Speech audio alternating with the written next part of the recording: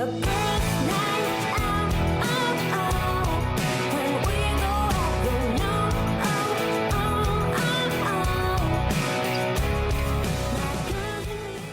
Hello, everybody, and welcome to the Spoiler Warning Podcast. This is review number 741 with a review of Barbie. I'm Christopher Schnese.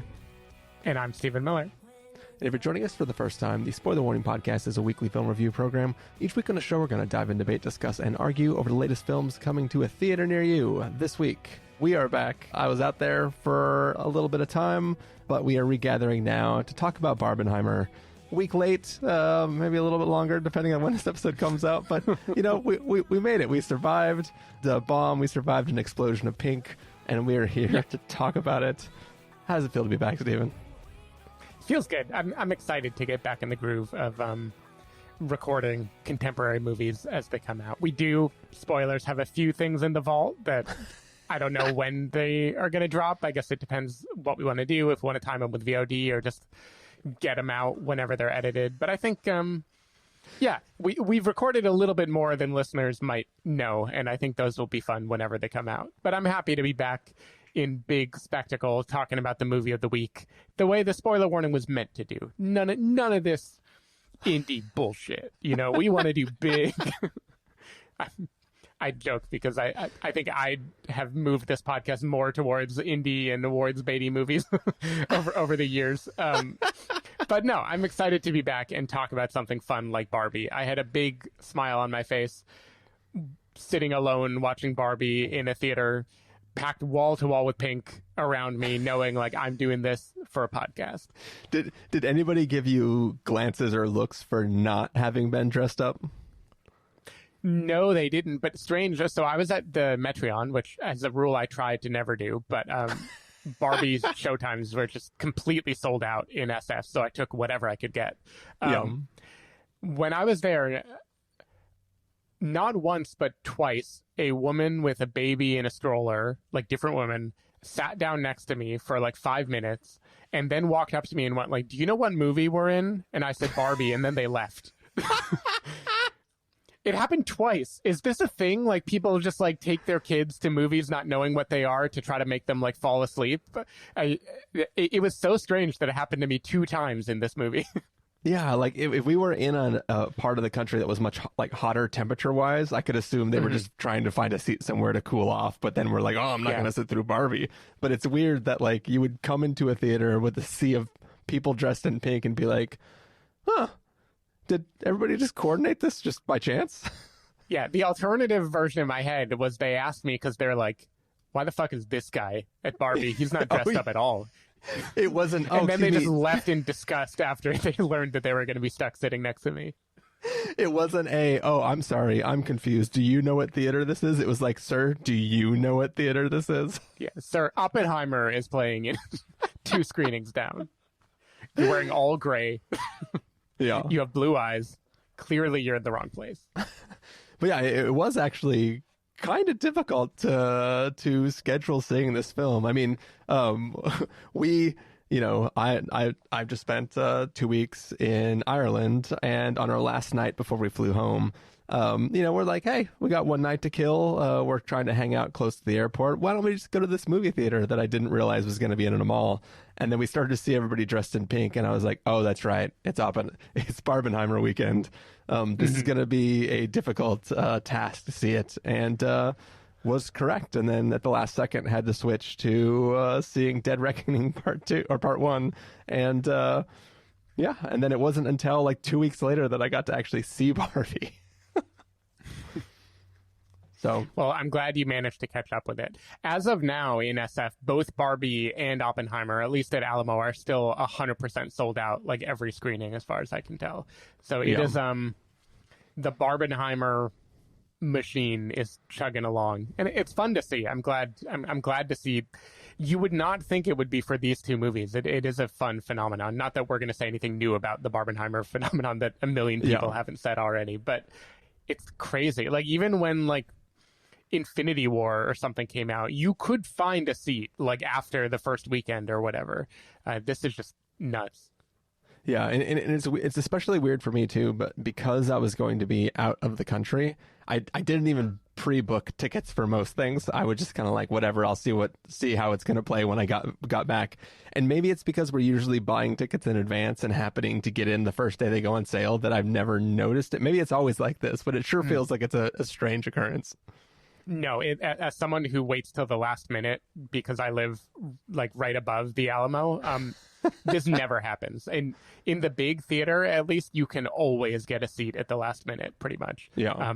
This is a strange phenomenon, the degree to which things are 100% selling out. Well, we're about to find out, whether or not it was worth all the hype. We're going to talk about Barbie in this episode, and we're also going to have a review of Oppenheimer. But what do you say, Stephen? Are we ready to get in this? Let's do it. We are going to take a listen to the trailer for Barbie and then come back and give you all a review.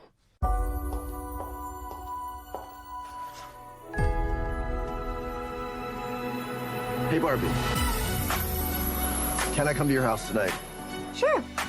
I don't have anything big planned, just a giant blowout party with all the Barbies and planned choreography and a bespoke song. You should stop by. So cool. You can find me under the lights, diamonds under my eyes. It's the best day ever. It is the best day ever. So is yesterday, and so is tomorrow, and every day from now until forever. You guys ever think about dying? When my heart breaks, Some things have been happening that might be related. when my world shakes. Cold shower, falling off my roof, and my heels are on the ground.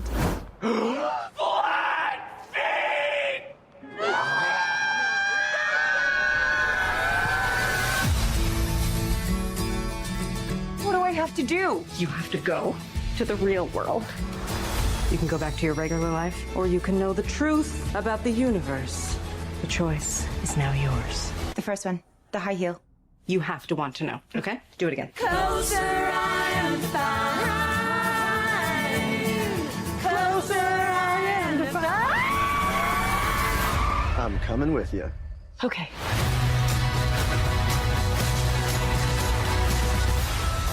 Wow, this is the real world. What's going on? Why are these men looking at me? Yeah, they're also staring at me.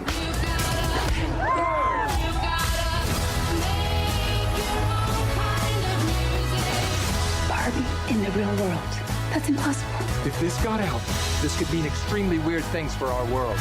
This would be catastrophic! We haven't played with Barbie since we were like 5 years old. Oh. No one rests until this doll is back in a box. Even if nobody else sings along. Humans only have one ending. Get that Barbie! Ideas live forever. No, I won't let you do just one appendectomy, But I'm a man. but not a doctor. Can I talk to a doctor? You are talking to a doctor. I need a clicky pen? No. A sharp thing? No. There he is. Doctor! Somebody get security. Is Barbie if you still in doubt? All right, so that was the trailer for Barbie.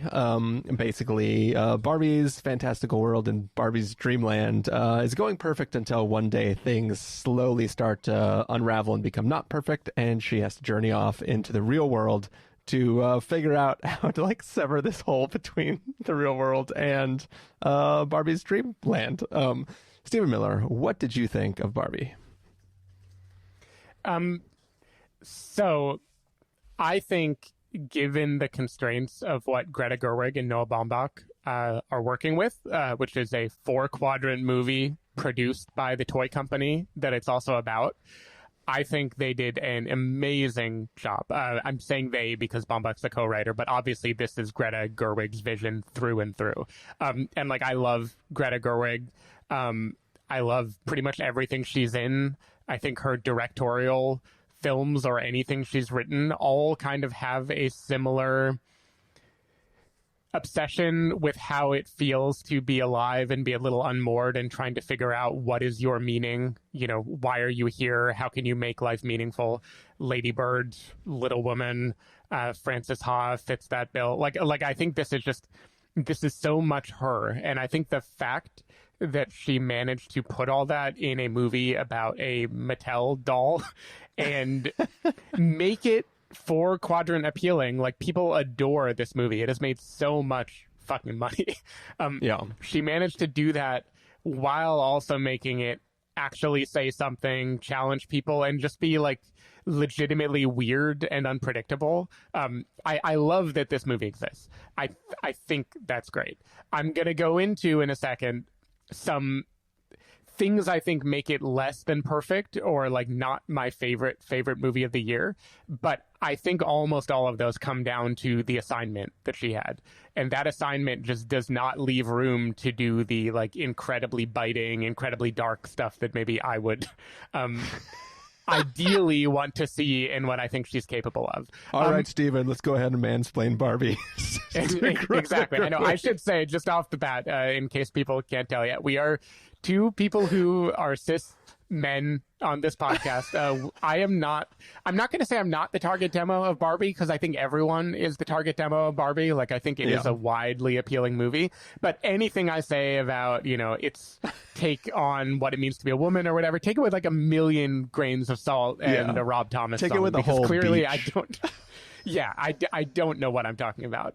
But I think this movie is hilarious. I mentioned after we listened to the trailer that I had not seen a full trailer for Barbie before, and I'm really glad I hadn't, because a lot of the moments that made me laugh the most in this movie were surprises that came out of nowhere that it turns out are in the trailer. Things like when Barbie interrupts her dance party to suddenly muse on, mortality. Things where they just zag, where something off kilter happens, something you wouldn't expect. I think the production design of this movie is amazing. It starts in this silly world, very, very, very Lego movie reminiscent in how it begins, where it's like, here's the world, everything is wonderful, here's a song as our main character goes through their happy life, and then we're gonna throw something in the gears that make it all break down. But where it goes from there is just so wacky and silly and in many places wonderful. Like, I had a blast watching this movie, even in a crowded Metreon theater where canonically the audiences are not too great. Here they were just loving this movie, and I was vibing off of them a lot. Now, my hot take, which maybe isn't so hot and is super informed by my Ken-ness, is that I think this movie is the funniest and most biting when it is making fun of men, when it's taking the piss out of the patriarchy, when it's letting Ken be a doofus, when it's letting us laugh at Alan's beta-ness, when it's showing us here's why the world sucks as run by men.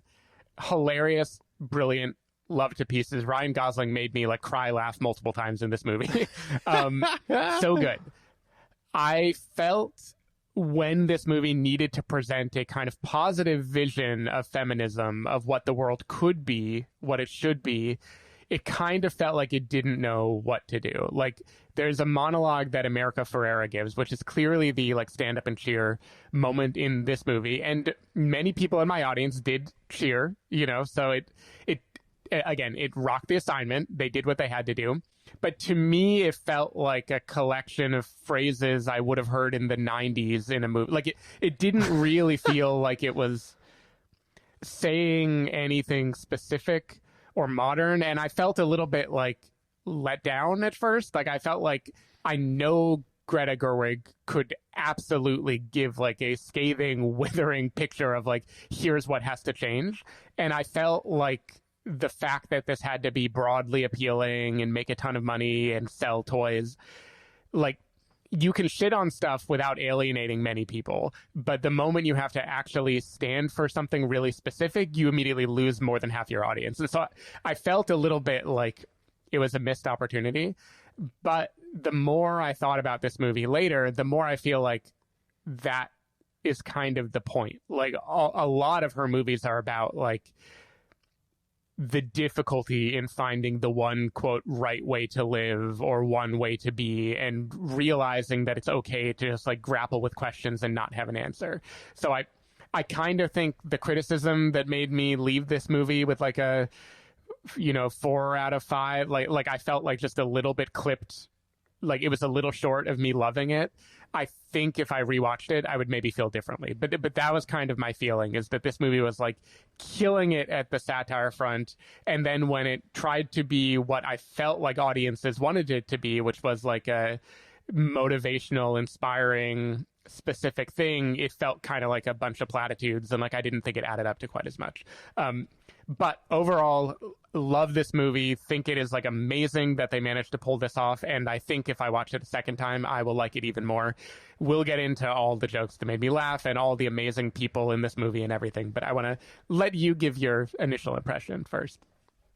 Yeah, like obviously I had a ton of fun with this film. I thought it was extremely enjoyable. I'll get into a few, minor nits that I have later on. But before I jump in too much further, I do want to ask a question. Do you think that feeling that you got from the film was specifically her actually understanding the assignment? Because I feel that this is a four-quadrant film, but it's also sort of it understands the audience that is going to see it.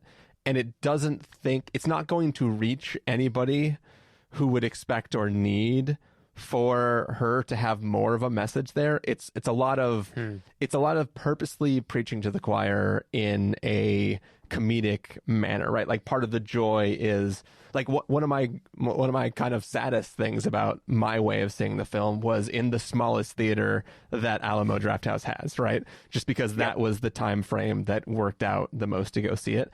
And this feels, maybe for good and for ill, like a film that is meant to have audience participation, or at least a vibe that the entire audience is having at the same time, right? Like a lot of these jokes are not necessarily the deepest jokes. They're just saying, they're saying semi-surface level comments about men and women, but they're doing it with this tongue-in-cheek way that makes it like everybody can kind of laugh together and be like, oh, I get it, right?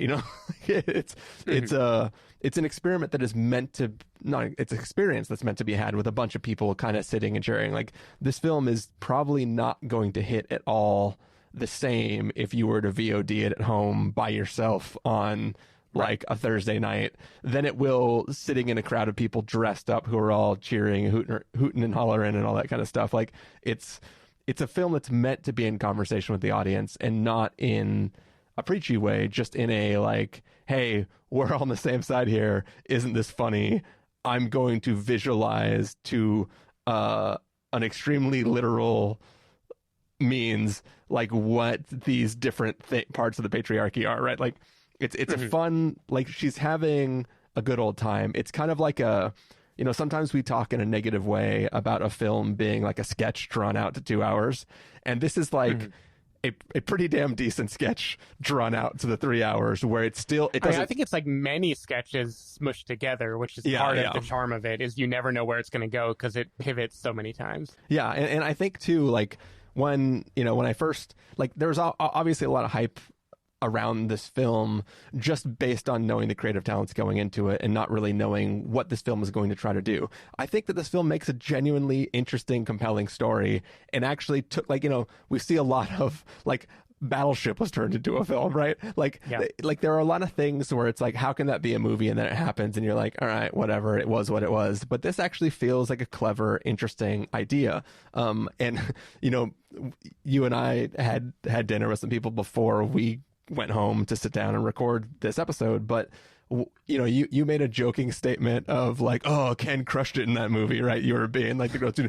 But I actually think it was a very interesting decision to center the realization of the patriarchy through Ken's eyes, and instead of being like Barbie is a fish out of water when she goes to the real world, and then her constantly commenting on it. It was like, take Ken, who is going to be the embodiment of all these problems, and put it through his eyes and show his excitement when he realizes it's a thing. Like I just thought that was a very interesting way to flip that on its head, instead of just make it be like, oh, I can't believe the world is like this. It was like, oh my God, I can't believe the world's like this. You know what I mean?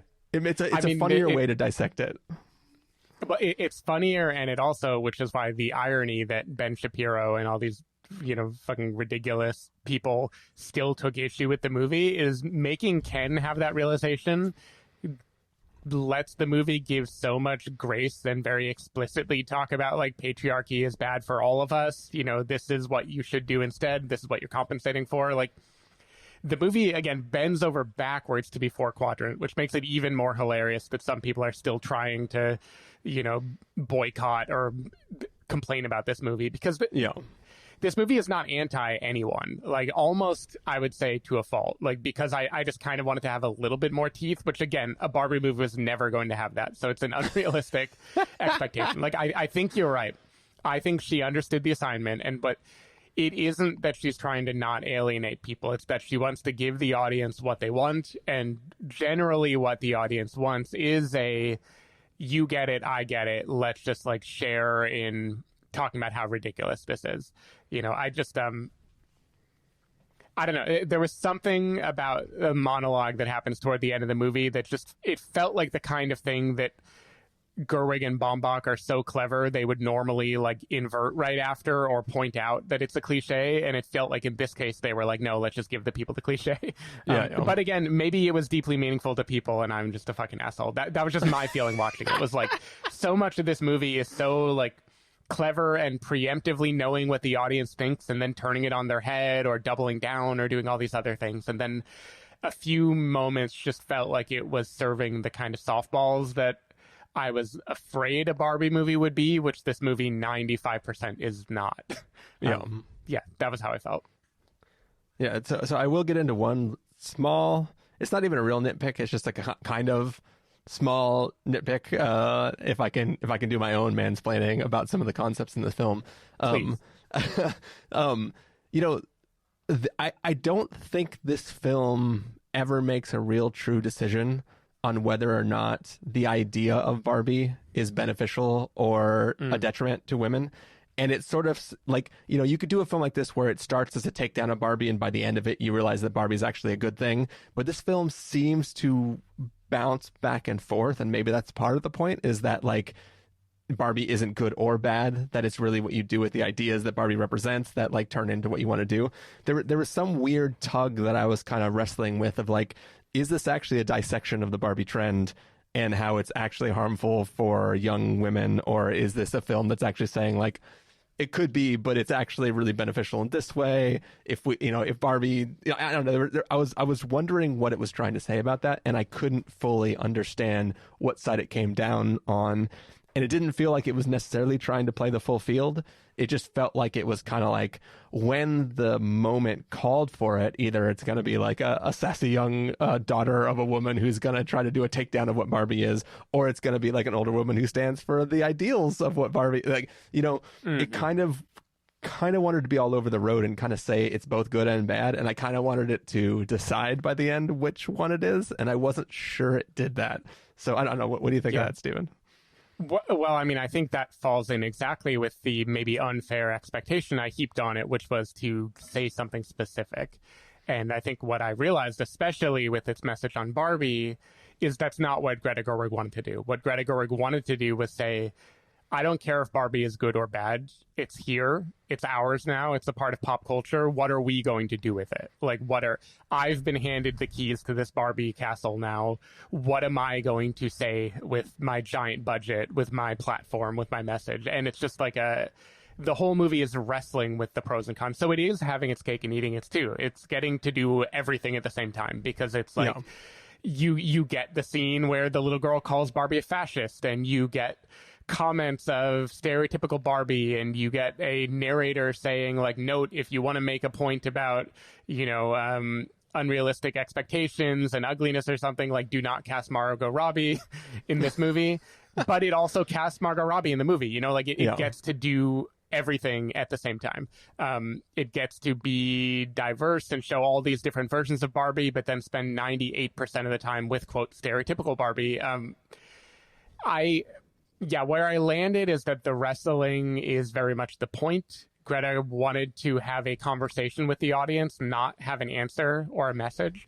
And I had the same feeling you did, and it made me end the movie feeling like, man, I wish you had taken a stand. I wish you'd said something more specific. And I just think, knowing now that it wants to be wrestling with ideas or just churning through them, I think I would probably have more fun if I just relaxed and let it be that without trying to figure out where she's going or what she's trying to say. Because what she is trying to say very much is how hard it is to be a person and like what it means to be a person. You know, like what does it mean to live in a world that's not perfect? What does it mean to choose to deal with pain and frustration? And what is your purpose in life? And why do you keep on living? You know, again, it's Lady Bird, it's Frances Ha. It's like it's the story of the millennial ennui thing that she does all the time. And I think it does that beautifully. Like if I let go of its desire to say something about Barbie or say something about womanhood and just let it be about living and being a person, then I think it actually has a lot of really beautiful moments. And it's just that expectation kind of weighed me down and kept me from fully embracing what it was trying to say. Yeah. And I think, you know, like there is a line towards the end of the film where it feels like Greta speaking out through Barbie, where she talks about like, sure, I can be anything I want, but I don't want to be a fireman, a whatever, a president, any of that stuff. I want to be like somebody an idea person who comes up with the ideas that other people pursue and stuff like that. And it felt like her speaking out through that in that moment. So much so that I was very, very, very, very, very scared that there's a scene a sheer moment later where an SUV is pulling up to a building, and I thought for sure Greta was going to get out of that SUV herself. And I was like, don't do it. Don't do it. Please don't do it. Please don't do it. And then I was like, oh, thank God. See, I knew she wouldn't because she's been promoting this movie, and I assume as a SAG member she wouldn't be allowed to if she were in the movie. I genuinely had the same fear as you, and that's what I told myself when it was happening. I want to get into first some things that I love. Like, first of all, Margot Robbie really is amazing as Barbie. You almost forget how hard it is to pull off that performance of being impossibly perfect and plastic and kind of silly, and then over time becoming more and more human and have more questioning and more doubt. And I think she pulls it off so effortlessly, it doesn't even look like it's hard, but it is. Like when I played it back in my head later, I feel like this is a very difficult role to pull off, and I think she just completely nails it. Yeah. Ryan Gosling, again, call me a man, call me a Ken. MVP. I think he's low-key the MVP, and I hate that I think that, because I don't want that to be my message, but he just, because so much of the joy of this movie is making fun of oafish dudes and the patriarchy, Ken just gets so many of the biggest laugh lines, and Ryan Gosling 100% commits to the bit. Like, there's a recurring Matchbox 20 bit in this movie that had me like crying laughing. It was like so specific to our generation and to like to me, that was Gerwig like being her most millennial self, is like, here's a very specific type of dude that I've been stuck with, having like play guitar at me for hours, and I'm gonna make a movie about it. And Ryan is so good at it, and the way that joke continues to double down is so perfect. There's like a camera pullback in there where I was like, Jesus Christ, this is amazing. It's amazing. Like, I honestly think the only person on the planet who has a genuine reason to feel offended by this movie is Rob Thomas, and he apparently likes it. So no one else has any reason to complain. Good times. But yeah, I think they're both really great in the movie. I had fun with all the different Barbies and Kens. They don't each get a lot of screen time on their own, so there were no real standouts, but it was fun just seeing like a recognizable cast of comedy actors show up and play their part. Alan made me laugh a lot. Michael Cera, he's not in that much of the movie, but I think he does well with what he needs to do. Yeah. Criticism time. I never thought I would say this about a movie, especially a broad comedy involving toys. Will Ferrell is not very funny in this movie at all. I think he's in the wrong movie. I think he's being so goofy, but not in the right key that everyone else is playing in. And I just was feeling cringy whenever he was doing his big Will Ferrell thing, because it just felt like the most lowbrow version of this Barbie movie, and like not what Greta Gerwig was trying to do. Love me Will Ferrell, but I didn't, anytime it really cut to him and the Mattel executives, I kind of felt like I was in a much worse, more sketch comedy version of Barbie and not like the actual movie I was watching. Yeah, I mean, she's trying to portray the bumbling fools that are at the top of this corporation, right? Like, it's when the guy goes down from upstairs, goes upstairs from downstairs and pushes the all the way up button on the elevator and first encounters that group. I was kind of vibing with it, but like I think I'm on record as not being the biggest fan of Will Ferrell in general. His shtick hasn't always worked for me, and it's kind of just he's a yelly guy, right? He's just always yelly stomp his feet guy. And it can be funny in small doses. Like I genuinely love Stranger Than Fiction, but like I feel like I'm mostly miss when it comes to him. So he felt exactly like he was supposed to me, just because I was like, yeah, you cast him to be that guy. It's it was what it was. I think we spent enough time away from there that it didn't bother me too much. It didn't spend enough time in that space for me to like feel hindered by it. Yeah, I guess what surprised me, and I can retroactively rationalize it, is that the real world doesn't feel real in Barbie. The real world feels like just another toy house where people are behaving in an over-the-top, silly way. And I think I'm okay with that in hindsight if I think about it, but at the time, tonally, it was just not what I was looking for from the... Like, I thought a bumbling idiot CEO could be played so well by having, like, an arrogant, over-the-top dude, and having, like, a goofy man-child just felt like the wrong note to hit for that. Yeah. Makes sense. I mentioned that this is a movie that is kind of about what it means to be a person. I'm the easiest mark in the world for this shit. There are 2 montages set to music in this movie of just like showing people going through life or like being kids or playing or adults having difficult times, and both of them made me tear up. Even though the first one is kind of like meant to be a inversal, where right after they were like, nah, pulling the rug out from under you. Yeah. They worked on me. They worked on me well. I'm a sucker for that shit. Now, if Matchbox Tony had been the soundtrack to those montages, I would have been full on bawling. Yeah. Oh no, it's so interesting the emotional levels that this film gets to, because you know what it's doing, and it still feels surface level. But the way they play everything together, you're still like getting a little misty, and you're like, why am I getting misty? This is like, this is kind of over the top manipulative, but it's working on me somehow. And it's just like, you feel for like, anytime a character is having their moment to be sad about something, you feel it emotionally hit you, even though like, you're like, I know exactly what you're doing to me. And I could just, dodge out to the side to avoid this. But you're just riding with it, so you just let it wash over you. Good on this film. Yeah. Now, I do want to ask you, how many children were in your screening of this movie? I feel like none. I think it was all adults, a lot of couples, and only a few people who had gone to see it themselves. Less people dressed up for the screening I was, but it was also like 2 Sundays after the movie came out or whatever it was. Yeah. Yeah, that's interesting, because I'm curious how this would play for a kid. Because at least in the Metreon, I mentioned the babies that were in my screening. There were lots of kids, like little kids or preteen girls or all sorts of people who were brought by their parents to see Barbie.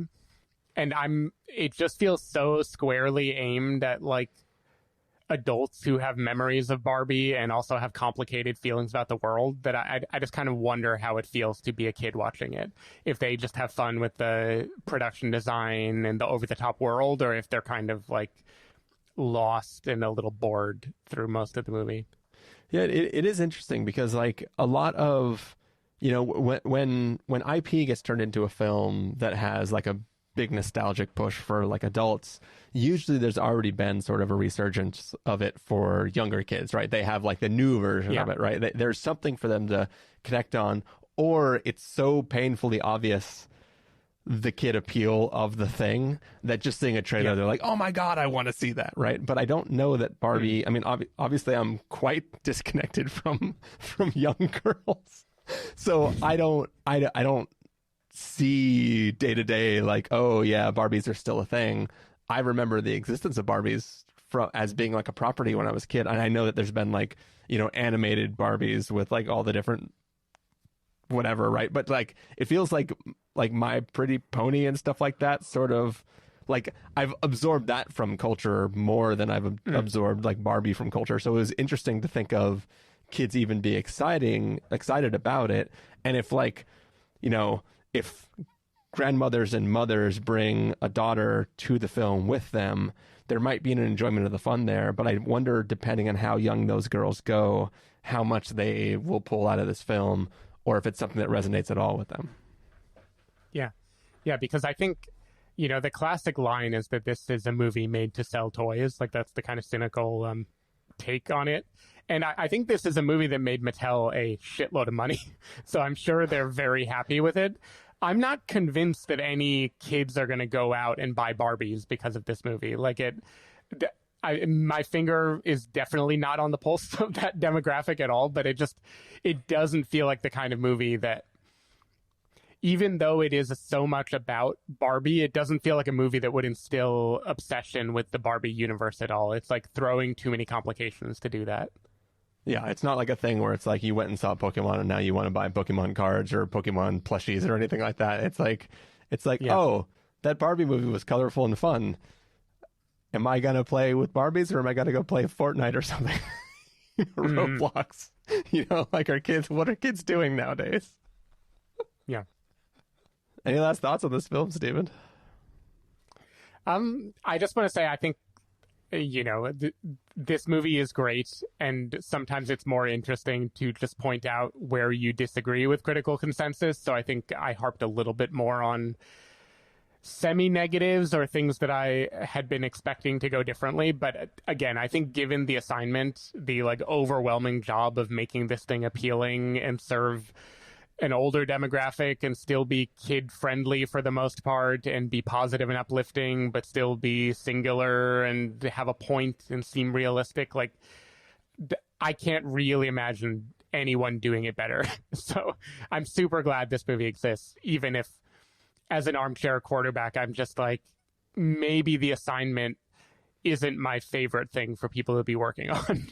Like, I think somewhere the movie I really wanted to see, the like epic takedown of dude bro culture and the thing that really has something very specific to say about living as a woman in America and has maybe more teeth. I think she's going to make it someday. I don't think you can really put that in a Barbie movie. I don't think it fits in Narnia either. So I don't know when I'm going to see it, but I think I'm excited for when Greta Gerwig decides to go gloves off and give me that movie too. But for what it is, I thought this movie was awesome. Cool. Well, I think it's about time to get into verdicts then, Stephen. If you're going to give this a must-see, recommend with a caveat, wait for until past with a caveat, or a must-avoid, what would you give it?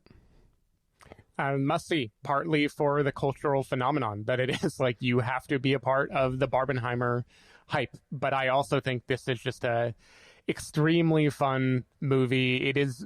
There's really nothing else like it, like this big and weird while also being incredibly appealing to a large demographic of people. Like, Everything Everywhere All at Once, I think, is a significantly better movie than this if we're just comparing, you know, apples and oranges. But in terms of broad audience appeal and the size and scale of it, I can't think of anyone that has pulled off that trick better than this movie has. And you have to watch it. Like, if you don't want to be the kind of person who's like, oh, Barbie, that movie about a toy, like, watch it and see what it's about. I think you'll be pleasantly surprised.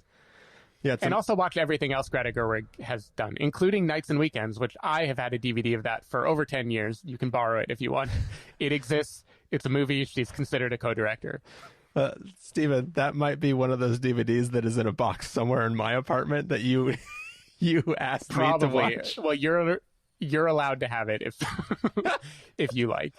Because there was at some point you handed me a DVD and said, watch this. And I said, I will. And then I set it on top of the thing. And then I will. Yeah. But I've moved probably like 10 times since you handed me whatever the DVD is I'm thinking of. And it is maybe still in the apartment, maybe not. Knowing me, that is definitely the movie I handed you when I was in my Mumblecore phase in like 2014. Yeah, or it's possible that it's one of those movies where you handed it to me and I was gonna watch it, and then certain things happened in my life, and I said, I'm not going to watch this right now. Well, you were, yeah, that might be right. Well, you were in the Swanberg phase because you were really into Easy, so I think, this must have been the movie I handed you. Anyway, watch everything Greta Gerwig does. Okay. It's great. I am going to rewatch Greenberg this week. That is a promise. I'm going to rewatch it and probably love it. And then I can say I love everything she does. Nice. So it's a must-see for me as well. It feels kind of silly to say this on a podcast that is going to come out like weeks after this film is there. If you're listening to this, if you're even listening to our review of Barbie, you have already seen this film. That is like 100% a fact. So it's not like my rating's gonna sway you in any direction at all. But turns out it's good, and it's actually a clever way to take something that maybe didn't need a story and make a good story around it that actually is clever and fun. And I love the shit out of that film. So there you go. That's it. Stephen Miller. That brings us to the close of this review of Barbie. If people want to find it throughout the week, where can they do that? If people want to find me, they can just roller skate to a boat, to a rocket ship, to a convertible, and go to sdavidmiller.com or all the text-based social networks / sdavidmiller, X, Blue Sky. I'm on Blue Sky, just got to brag about that. Oh, we're having such a great time. All the 5 people who are posting in my feed. Find me on all the things / sdavidmiller. I feel like I'm not supposed to say Twitter anymore, so I need to come up with a new outro. Yeah. Well, it makes me feel any better. If Blue Sky's lonely, try having your own Mastodon instance. People can follow me at toots at christopherirl.social, where you can see 5 things that I've tooted. Mastodons are really just man extenders from prehistoric time. That's what I've been told. They're 100% man extenders. You seen that trunk? But anyways, and the tusks. I mean, there are just all kinds of extensions there. But anyways, I don't know where I was. So I'm just going to go on into, ChristopherInRealLife.com. That one's real. The toots at ChristopherIRL.social is real as well. So that wasn't a joke, but there's about as much content there as there is on my Twitter feed from the last 2 years. The podcast, you can find that over to spoilerwarning.com, where you can get a bunch of the back episodes of the show. If you want to subscribe to the show, you can do so on Overcast, Stitcher. Nope. No more Stitcher. Dude, no more Twitter, no more Stitcher. Steven, I leave for 2 weeks and the friggin' social world and podcasting just falls apart. I don't even know what to say at the end of an episode now if I can't say the same shit that I say every episode. We need to rewrite the script. Yeah, we haven't changed that script in like a decade. So Overcast, a defunct service, Apple Podcasts, Spotify, bunch of places. Pocket Casts? Pocket Casts, you can subscribe to everything. The podcast is still happening. If you want to know the episodes go live, you can follow us at x.com/ spoiler warning.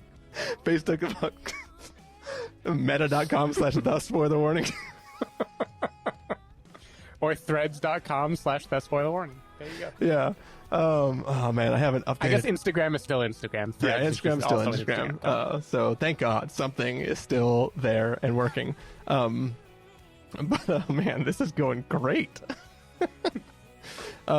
This is our equivalent of getting cellulite and flat feet.